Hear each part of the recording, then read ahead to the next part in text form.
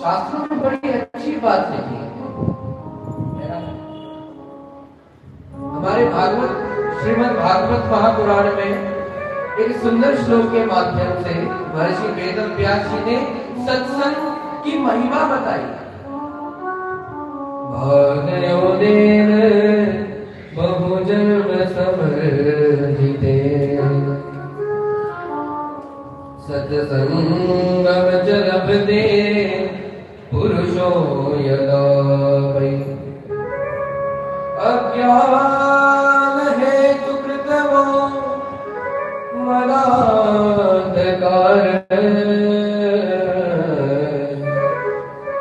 नाशं विधाय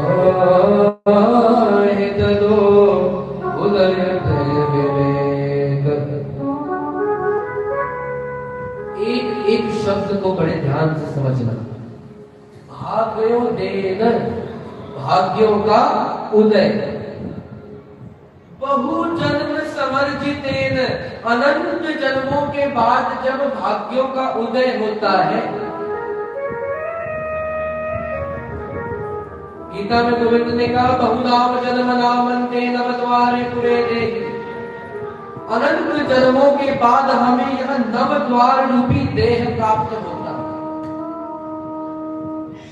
और जब भाग्यों का उदय हुआ तो क्या मिला? सत्संगम च लभते, सत्संग प्राप्त होता है। और जब सत्संग मिल गया, जब भागवत की कथा मिल गई, भगवान से मिलन हो गया, तो उससे लाभ क्या है? बोले अज्ञान हेतु कृतमो मदान्धकार।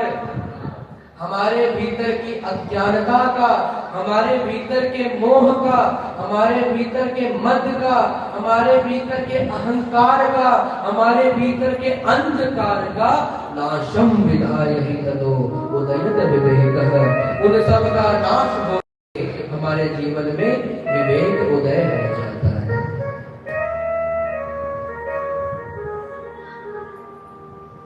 भगवान से मिलाती है कथा, जीवन से विकार को हटाती है कथा,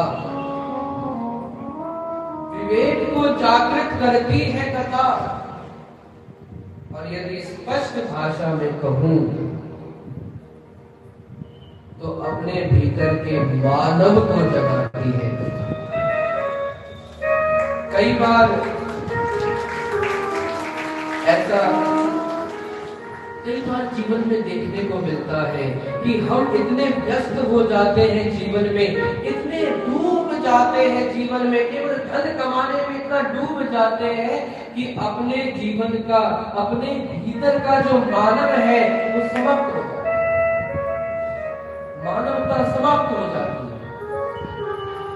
तो यदि मानवता को जगाना है, यदि प्रेम को जगाना है, यदि सम्मान को जगाना है, यदि आदर भाव को जगाना है, तो कथा सुननी होगी।